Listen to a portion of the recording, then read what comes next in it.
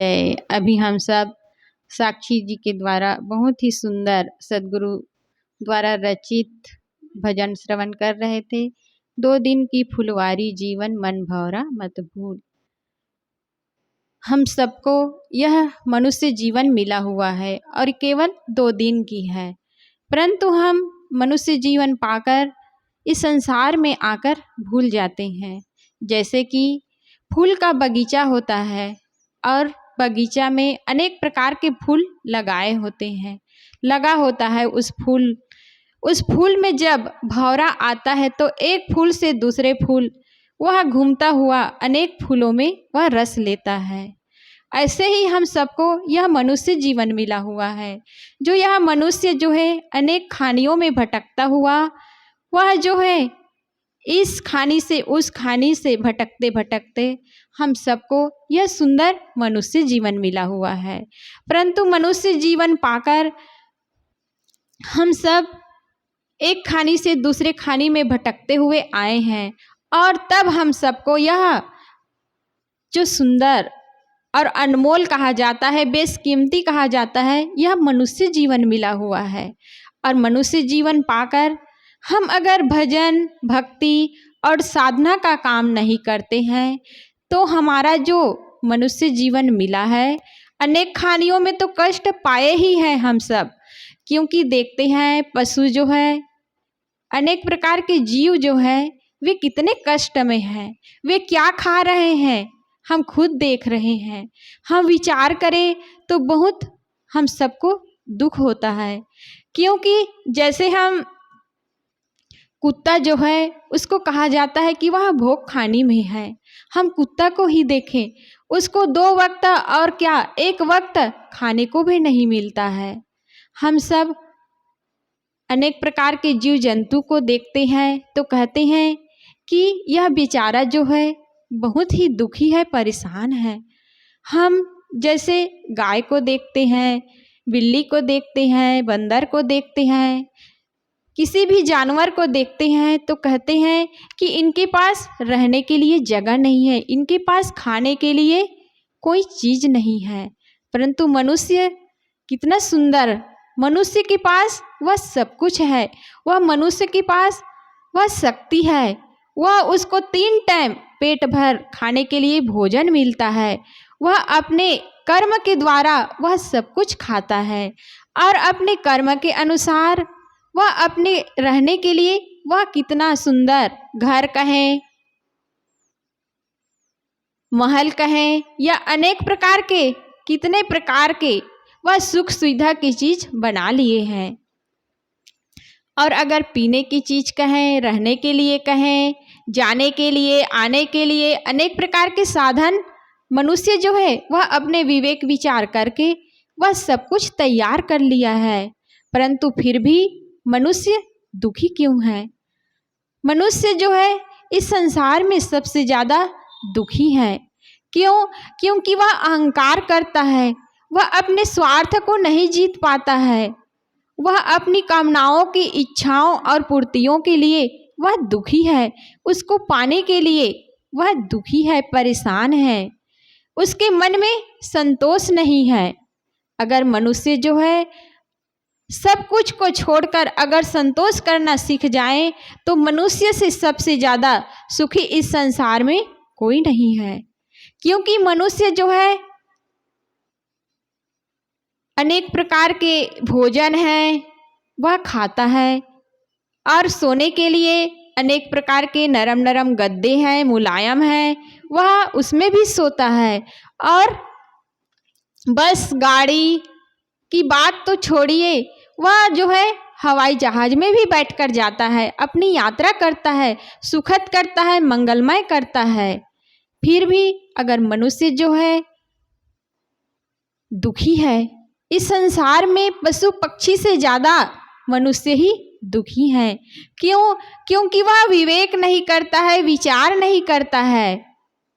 घर परिवार में देखिए, माता है, पिता है, तो वह अपने बेटे बहू से दुखी है और बेटे बहू हैं वे अपने माता पिता से दुखी हैं। क्यों?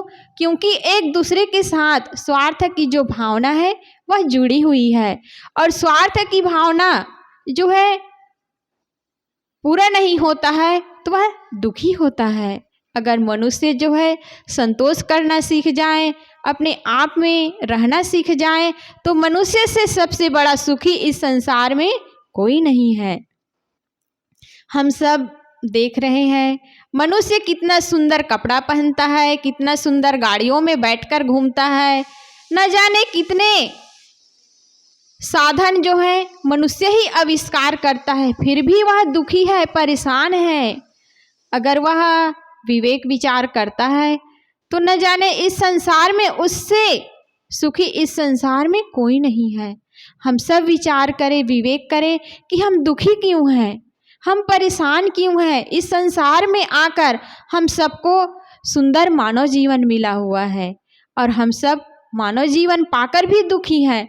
हम अपने से नीचे वाले को देखें कि वे कितने खुश हैं तो हम भी खुश हो सकते हैं। परंतु मनुष्य की जो विवेक धारा है, मनुष्य का जो विचार है, वह अपने से नीचे वाले को नहीं देखता है। वह किसको देखता है? अपने से बड़ा को देखता है कि वह मेरे पास तो कार है परंतु उसके पास उससे ज़्यादा और महंगा कार है, वह इसलिए दुखी है।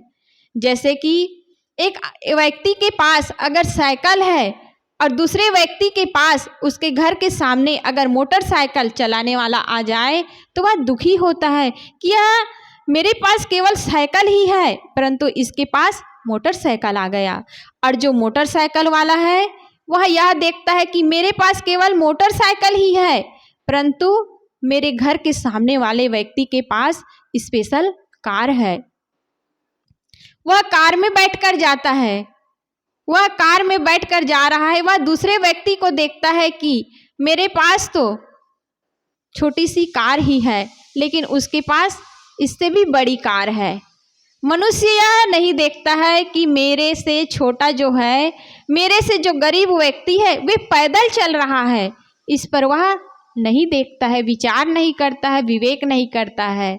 अगर वह मेहनत करे तो सब कुछ कर सकता है परंतु वह दुखी है, परेशान है कि मुझसे कोई आगे बढ़ न जाए, मुझसे ज़्यादा किसी के पास सुविधा ना हो जाए, इसलिए वह दुखी है, परेशान है।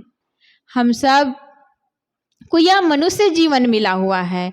हम पशु पक्षी को देखें कि वे कैसे हैं, अपना जीवन गुजर कैसे कर रहे हैं। न उसको खाने की चिंता है, न उसको पीने की चिंता है, न उसको रहने की चिंता है, फिर भी मनुष्य के पास सब कुछ है लेकिन वे आज दुखी हैं। हम सब सत्संग में जाएं, सद्ग्रंथ हैं, स्वाध्याय करें, मनन करें, चिंतन करें, ध्यान करें, जिससे हमारा जो यह मन जो है इधर उधर भटक रहा है वह एकाग्र होगा। क्योंकि मनुष्य जो है वह सत्संग में नहीं जाता है, इसलिए उनका मन भटकता है। इसलिए सदगुरु कबीर साहिब जी कहते हैं, पानी ते अति पातला, धुआं ते अति झीन, पौनहु ते उतावला, सो दोस्त कबीरन कीन। सदगुरु कबीर साहिब जी कहते हैं कि पानी से भी अधिक पतला और धुआं से भी अधिक झीना और हवा से भी अधिक चंचल ऐसे मन से लोगों ने मित्रता की है। दुख और सुख जो है हमारे मन के अनुसार होता है। अगर वही मन शांत हो जाए तो वह अमृत दाता है और अगर वही मन चंचल हो जाए तो वह दुख दाता है। दुख है, जहर का काम करता है, क्योंकि मनुष्य जो है अपने मन को नहीं संभालता है, वह मन के पीछे दौड़ता है। यदि यह मन वश में हो जाए तो वह सुख है।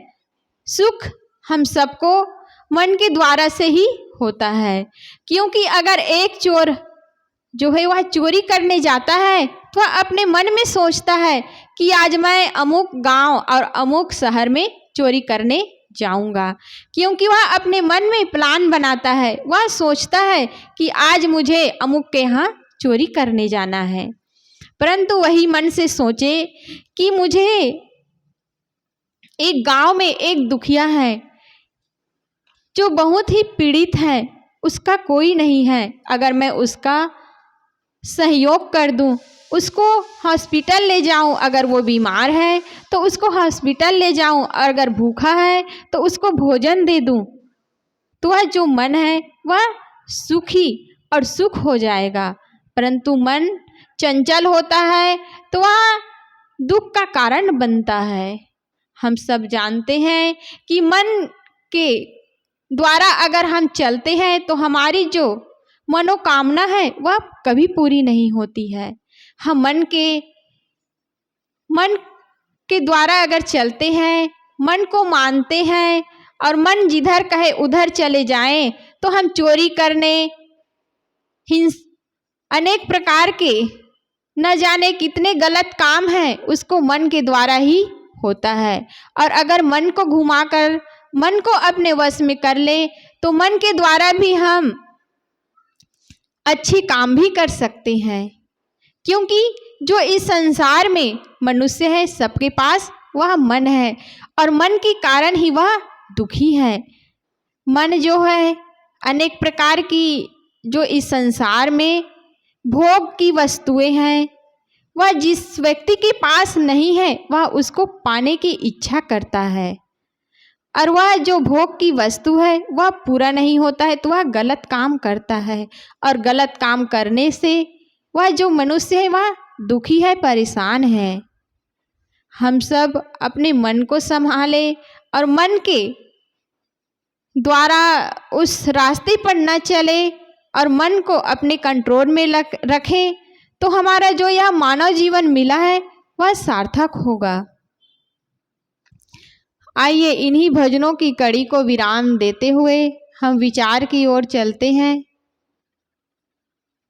और विचार रखने के लिए मैं शिलप्रिया साहेब से निवेदन करती हूँ कि आप आए और अपने गंभीर विचारों से हम सबको लम्भान्वित करने की महान कृपा करें। बोलिए